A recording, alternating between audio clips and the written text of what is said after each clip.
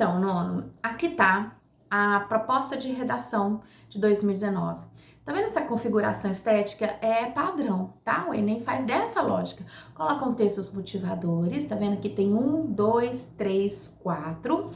E um deles é um infográfico. Eles colocam um infográfico também porque tem informações, dados, né, que permitem entender um panorama histórico, social, atual, né, em relação aos outros textos que são colocados. Ele é muito importante, tá bom?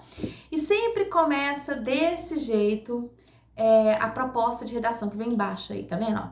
A partir da leitura dos textos motivadores, ou seja, o que você leu dos 5 textos, e com base nos conhecimentos construídos ao longo da sua formação, ou seja, o que você tem de bagagem cultural e de experiência, redija um texto dissertativo argumentativo em modalidade escrita formal da língua portuguesa sobre o tema, aí sempre vem o tema, aí no caso, democratização do acesso ao cinema no Brasil, apresentando proposta de intervenção. Então, ainda reforça que na conclusão você vai ter que colocar uma proposta de intervenção, ou seja, o que pode fazer para reverter um quadro negativo ali que você coloque, né, como tese e defendendo em argumentos.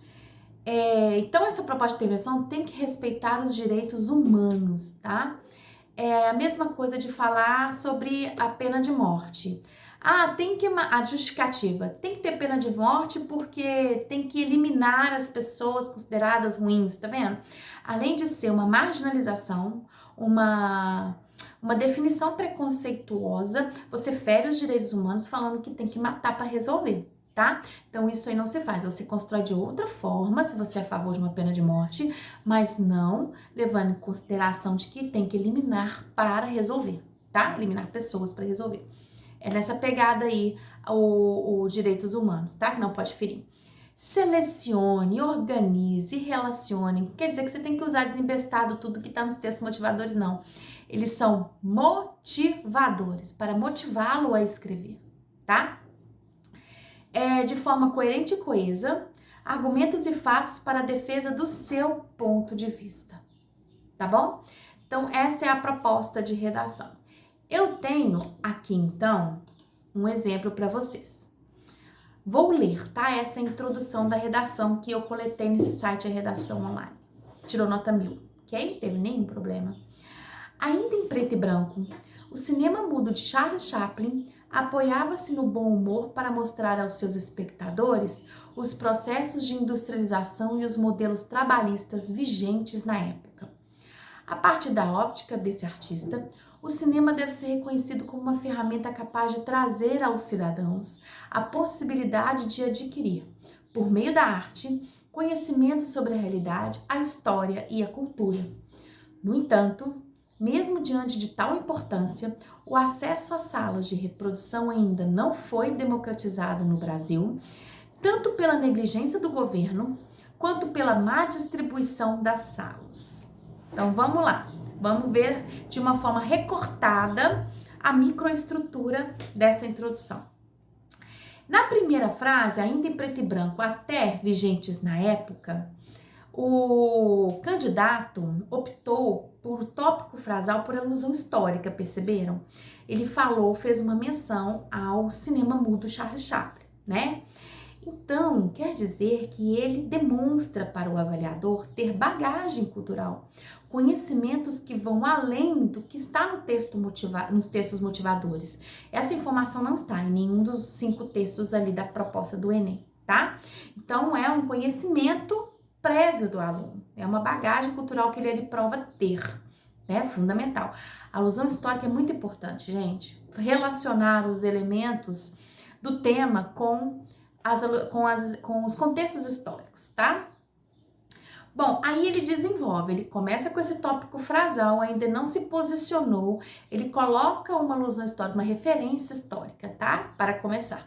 Aí depois vem o segundo período dele, ó. A partir da ótica desse artista, o cinema deve ser reconhecido como uma ferramenta capaz de trazer aos cidadãos a possibilidade de adquirir, por meio da arte, conhecimento sobre a realidade, a história e a cultura. Tá aí a tese dele, né? Tá aí o posicionamento crítico dele, que fala que o cinema deve ser reconhecido sim como uma ferramenta de mudar a realidade das pessoas. Ele desenvolve isso no segundo período, ele faz um tópico frasal por alusão histórica, estende esse tópico frasal com a ideia principal dele, né, que é a tese. Bom, então ele tem esse posicionamento crítico, ok.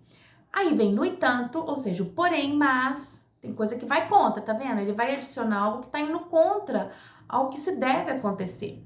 Aí fala, mesmo diante dessa tal importância, ele faz um resgate do que ele disse, né? O acesso às salas de reprodução ainda não foi democratizado no Brasil, tanto pela negligência do governo, quanto pela má distribuição das salas. Então ele dá o problema que o acesso das salas de reprodução não foi democratizado no Brasil, né? E não foi por quê?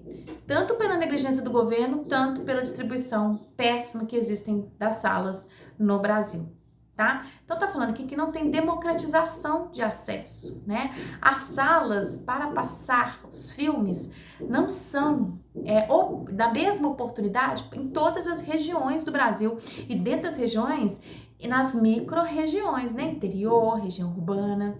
Ele questiona sobre isso, né? E fala também sobre a questão dos olhos velados aí do governo, né? A negligência do governo. Tá vendo, ó? 2 argumentos para desenvolver. Então, continuando o texto aí, no segundo parágrafo ele vai falar sobre a negligência do governo. No terceiro parágrafo ele vai falar sobre a má distribuição das salas. E depois concluir, tá vendo? Aqui só cita, aponta, sintetiza, menciona os argumentos que vocês irão utilizar para defender a tese de vocês, tá bom?